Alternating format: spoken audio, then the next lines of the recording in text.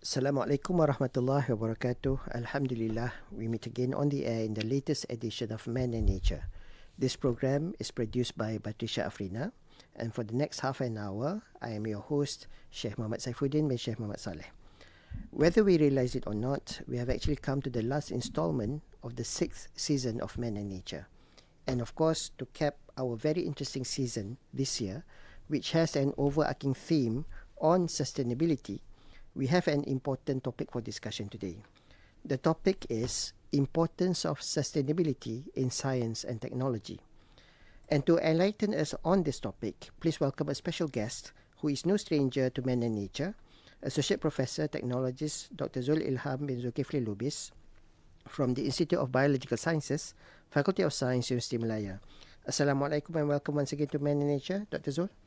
Waalaikumsalam warahmatullahi taala wabarakatuh, Dr. Sheikh. Thank you again for having me in IKIM FM. As always, it's always good to have you on Man and Nature, inshallah. So, Doctor, let's get on straight to our discussion. Perhaps to begin, how would you define sustainability in the context of science and technology?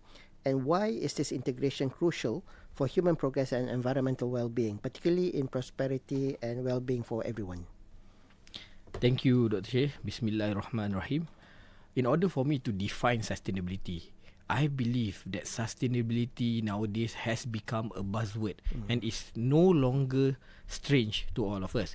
But if we look into the definition, sustainability in science and technology could mean that we are trying to develop and use the technology and innovation that we have today to meet the current demand and the present needs of the community nowadays without compromising the ability of future generation to still meet their own needs and also to enjoy the nature and the resources that we currently have today. It's about designing solutions that are environmentally sound, supposedly, socially equitable and economically viable. This integration is absolutely crucial because whenever we talk about sustainability, we could not run far from 3 P's. For the first P is people, the second P, planet, and the third P, which is overemphasized, or usually overemphasized than the other P's, which is profit. Okay. But in the context of today, Dr. Sheikh, I would like to add another P that is really important in today's context, which is peace. Because without peace, the rest of the 3 P's could not be fulfilled in sustainability. Right. I believe. So interesting. I learned something new today about the 4th P, which is peace. Especially, I think this is very much, relevant in today's geopolitical scenario. Yes. Dr. Zul, do you think that there is or there should be guiding principles to compel us towards sustainable practices in scientific and technological development, fostering a sense of care and compassion, especially for our natural world? I believe, Dr. Sheikh, in life, there should be a guiding principle. And in Islam, looking from the Islamic perspective, we have the principles of Tawheed, the oneness of God, and what we normally heard, khalifah, stewardship, where we have to be responsible to the earth. And again, in our country nowadays, the current trajectory is towards Malaysia Madani. And if we look into the Madani acronym, the first M represent Mampan, which is related to what we are discussing today, sustainability. So this vision should be shared by all towards the not only prosperity but also well-being. And it's not an option, it should be a fundamental principle that underlies our development so that it will be truly beneficial and lasting for all Malaysians now and in the future. It's not about having something that we can show today, but to be resilient, prosperous and thriving nation in the future, I believe. Right. Doctor, you mentioned earlier about the 3 P's and also plus 1 P. One of the P is profit. And many people actually perceive science and technology to be primarily drivers for economic growth. which of course later on will be translated into prosperity, profit. So how can we shift this paradigm to prioritize sustainability as a core objective rather than as an afterthought, as we see happening today, especially in innovation and research, and to reflect what you said about Malaysia Madani, which emphasizes on good governance and ethical development? I believe, Dr. Shaikh, that this paradigm shift is vital. For too long, sustainability has been seen as a cost, and as you have mentioned just now, the after effect, secondary afterthoughts, secondary consideration. Once after we develop, only then we think about it, right? So, but rather than including it into the fundamental step in the designing process. So to prioritize this, we need to have a small systemic change. Firstly, we should embed sustainability metric earlier in the discussion of development framework, making environmental and social impact as critical as economic feasibility, rather than looking into the return of investment mainly. Secondly, I believe we could also, if not much, incentivize green technologies and circular economy through policy and investment, so that it will be more attractive for everybody to be on board.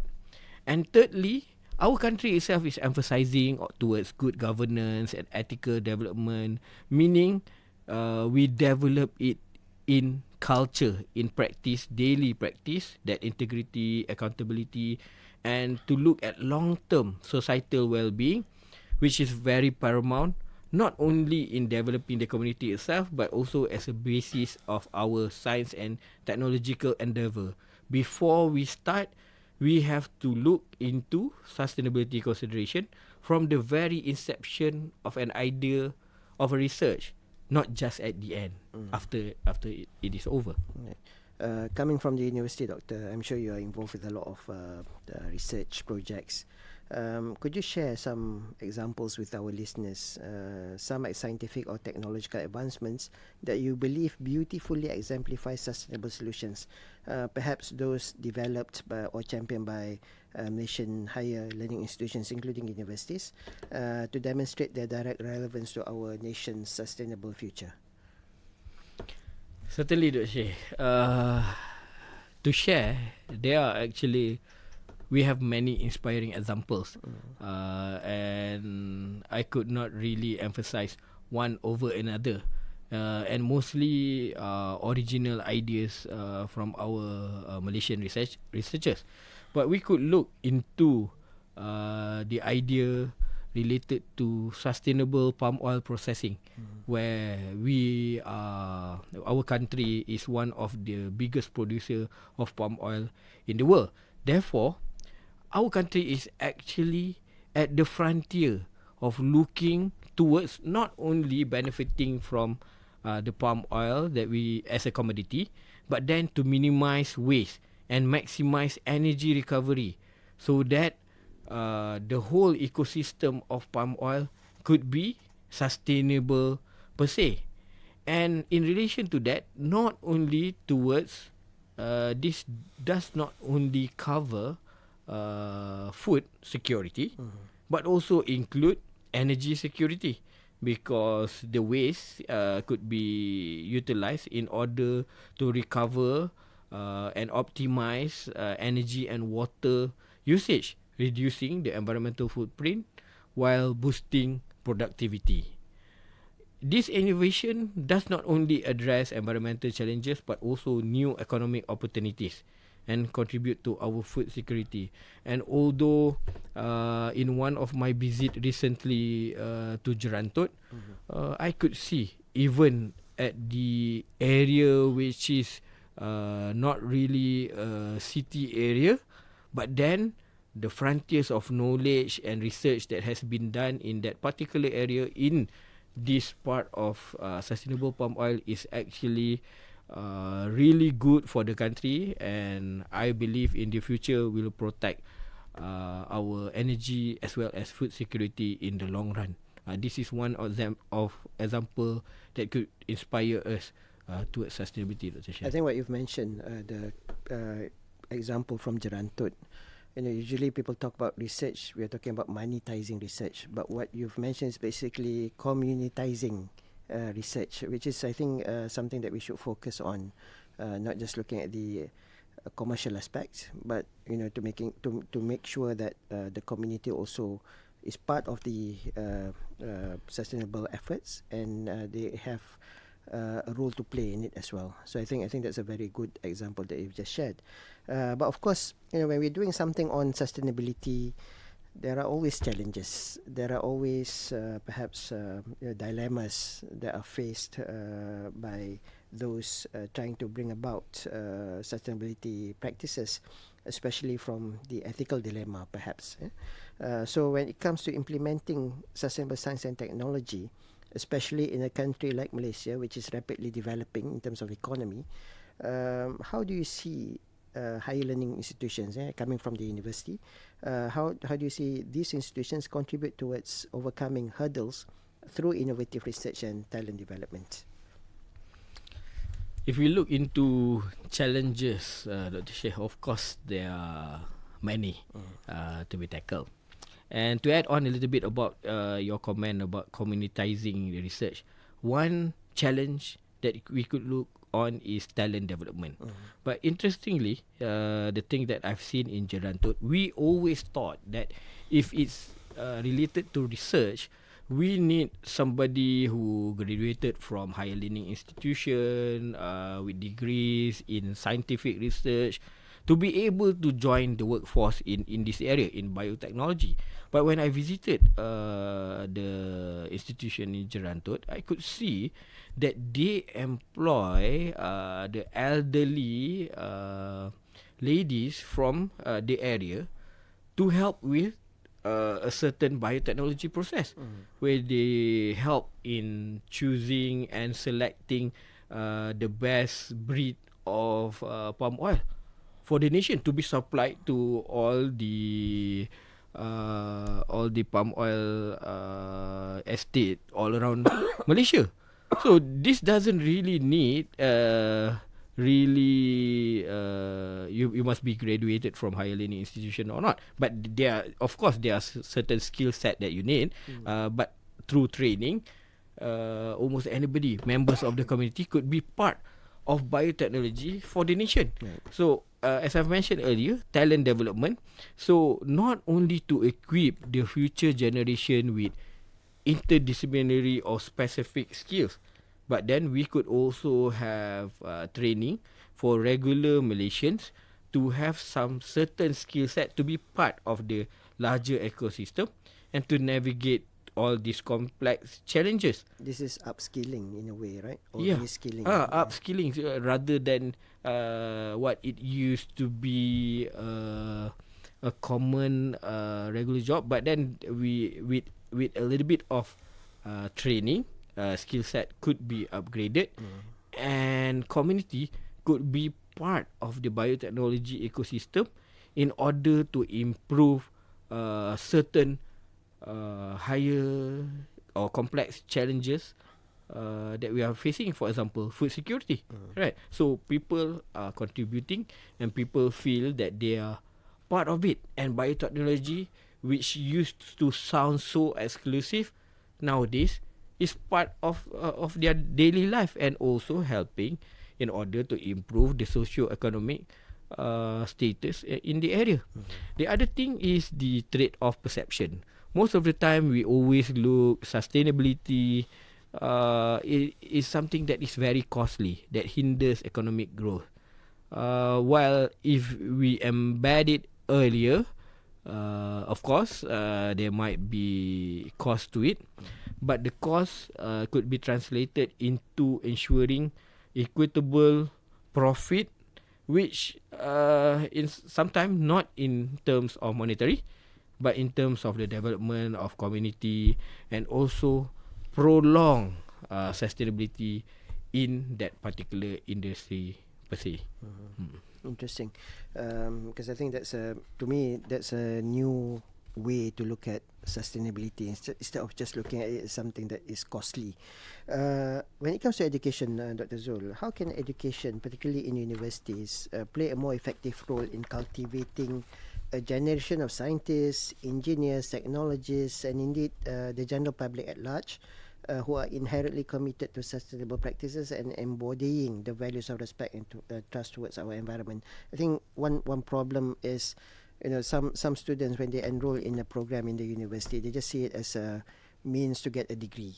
Go to classes, do their assignments, take their exams, and then graduate. But how do you actually instill, in these students that they have the responsibility to inculcate sustainable values within them, so that later on when they graduate, they can actually make sure what they do in the community is something that is beneficial to the nation at large? Dr. Shaikh, as an academia, I might be a little bit biased on this, but then I strongly believe that education is the bedrock. So higher learning institution in Malaysia, not just to mention Universiti Malaya, but then all other public universities and private universities already started their endeavour towards moving beyond just getting a degree. I mean, beyond just offering degree for their students. And students nowadays have a lot of demand to move beyond just to learn about their courses. So most of the time in our country, sustainability has been integrated across all curricula, engineering, business, law, humanities, so that all students understand that a part that they have to learn from their normal courses, they have to also look into solving community problem and also interdisciplinary learning in order for them to solve the real issues on the ground. So in that matter, we have sustainable development goals, the 17 SDG sustainable development goals. Nowadays, in most universities, all projects or any research by students must be mapped to be aligned with the SDG, one or two from the 17 SDGs, so that it will really have an effect towards sustainable solution or community engagement.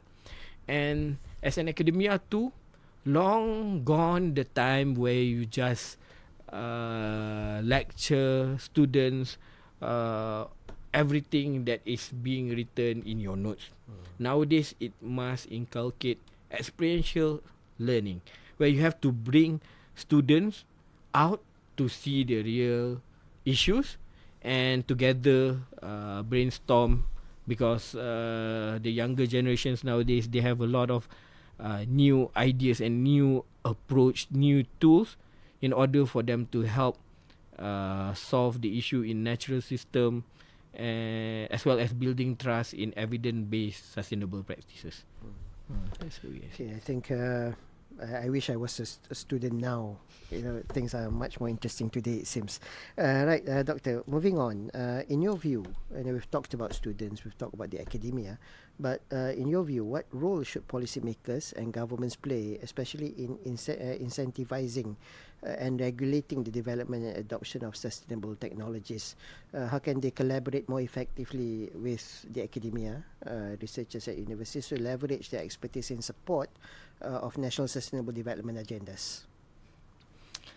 I believe that policy makers and government institutions hold immense power in driving this agenda from top down.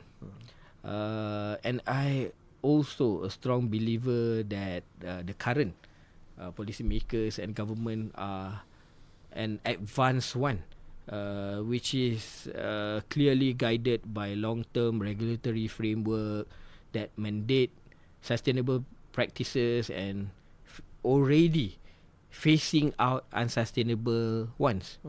Meaning in their planning process, they already include fiscal incentives such as grants, tax break and low interest loan to support green development.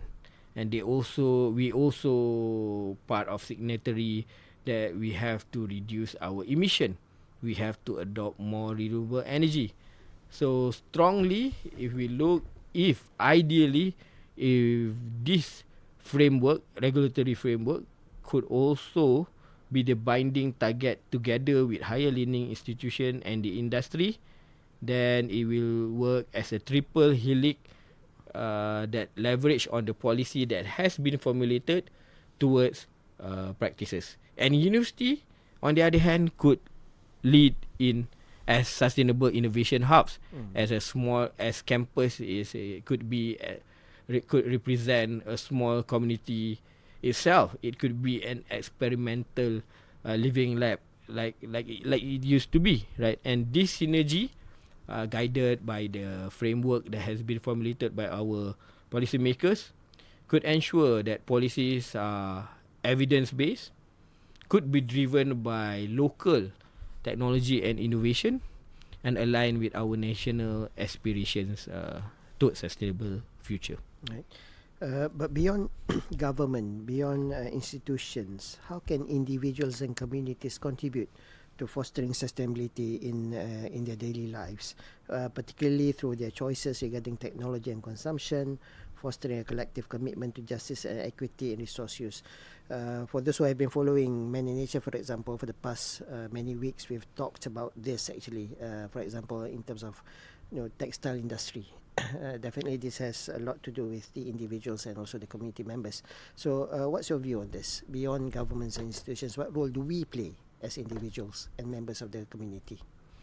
Individual actions, Dr. Shaikh, I believe collectively could create a powerful change, or if not really triggering change, could create a ripple towards a change in the community. And at the personal level, I think Man and Nature have covered a lot in energy efficiency, in also related to textile, fast fashion and stuff. We need to be more conscious in our consumption. Okay.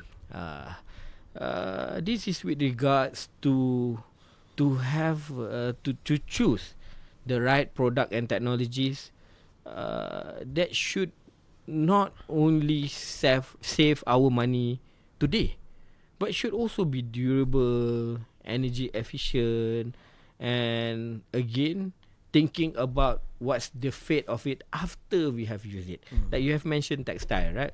Most of the time nowadays, because of the advances in the textile industry, we could get cheap and good clothes in very easy, right? We could have it on our palm through our phone. We could get it delivered even today. Nowadays, Dr. Shaikh, you can even order your shirt for today's delivery, and you'll get it in the afternoon. That is fast fashion. But I believe when you discuss about this, it also related to our mindset, whether we need that new shirt for tomorrow's event or not, or we still have our batik from last 3 years that is still good and being taken care well, that can still be presentable. So again, it is towards whether we would like to change our mindset from one line towards circular mindset, towards reducing waste, reusing item, and giving values to something that perhaps have been kept away for quite long. For example, if you mention about textile, right, batik and songket, it is something that is durable, something that could be passed down from your ancestors, right? It could carry not only family values, but also aesthetic values, if still could be utilized. So communities could drive change through local initiative, perhaps a shared resource program, where if you don't really would like to use that particular item anymore, who who could benefit from using it, so you can share it to others, right? And I believe that currently the community is strongly into this local initiative and be part of it, demanding sustainable options and supporting business that are committed to them. And individual could exert market pressure and demand. So it could foster. It could also related to environmental justice and equitable later on, if I see, based on this conscious consumption and taking care about the environment.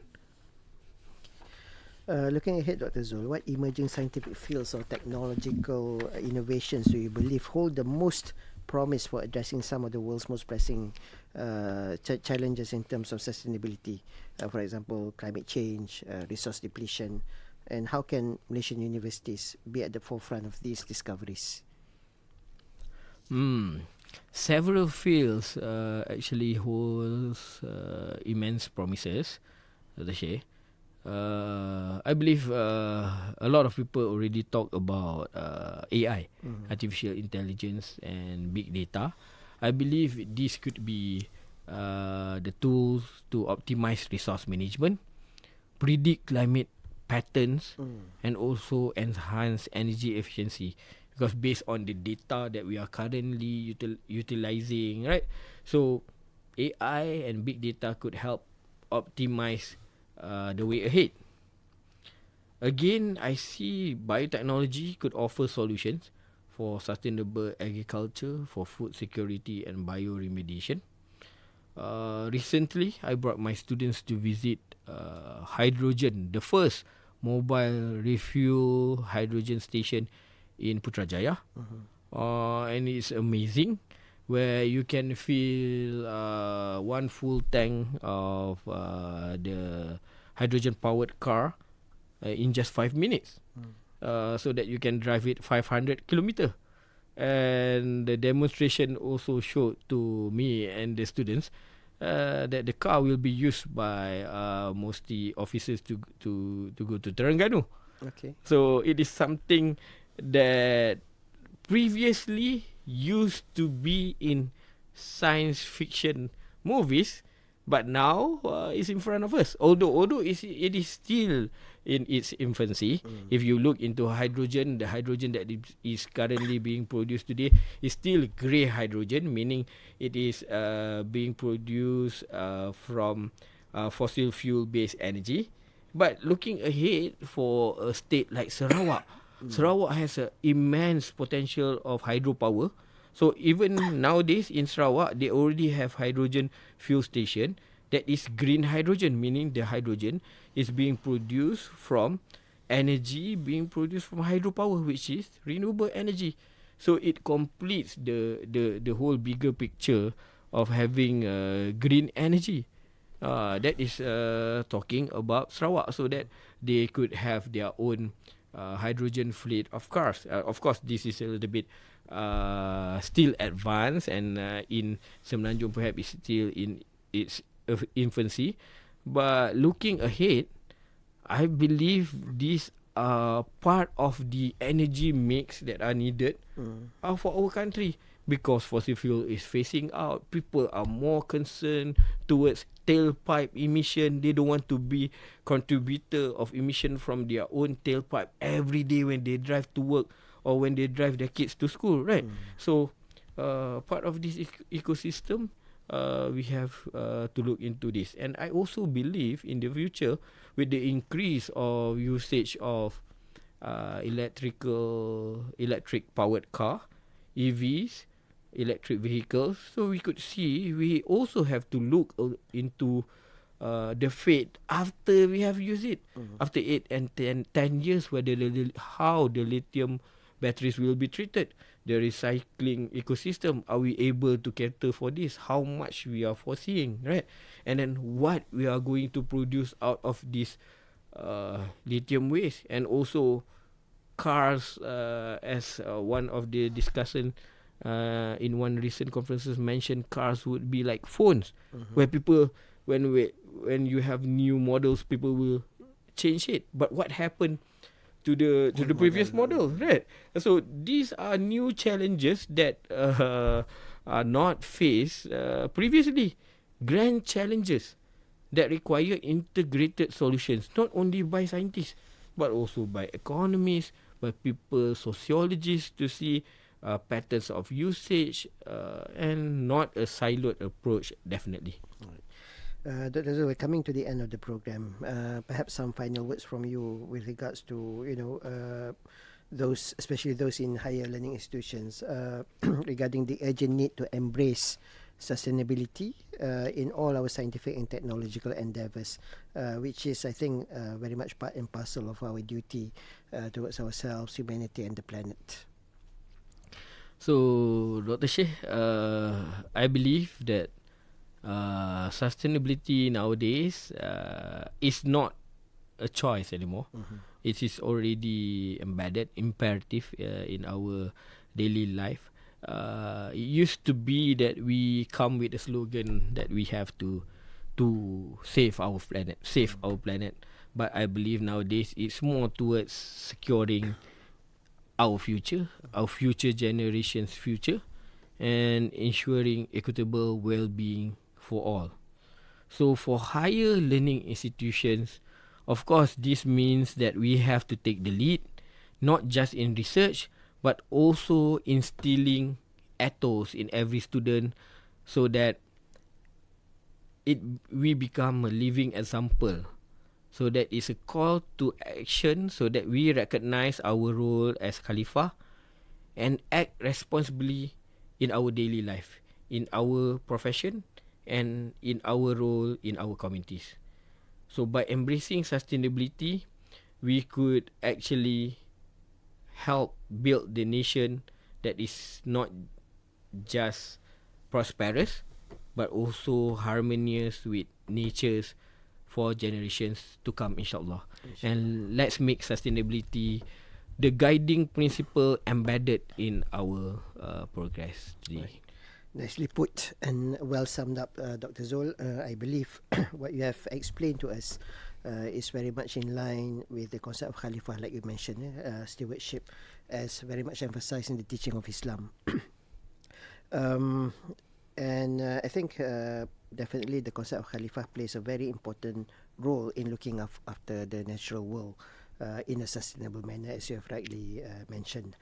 Unfortunately, ladies and gentlemen, that's all the time that we have for this week's episode of Man and Nature, which happens to be the last episode for this season. It has been a wonderful journey to host Man and Nature for 13 episodes throughout the months between April and June. It is my sincerest hope that all our discussions have been beneficial, informative, and educational, inshallah. It is also hoped that these discussions will lead us to become better khalifah in looking after the beautiful world that Allah subhanahu wa ta'ala has created for us in a responsible and also sustainable manner. Allow me to express my sincerest gratitude to our special guest today, Associate Professor, Technologist Dr. Ilham Zulkiflee Lubes, for gracing our program. I would also like to take this opportunity to thank the producer of Man and Nature, Batrisyia Afrina, who works hard behind the scenes to make sure that our episode comes on air every week, and all the technical crew behind the scenes who have worked tirelessly to ensure that Man and Nature is a success. Until next we meet, inshallah, this has been Man and Nature for 2025. I'm Sheikh Muhammad Saifuddeen bin Sheikh Muhammad Salleh, signing off. Wabillahi taufiq wa hidayah. Wassalamualaikum warahmatullahi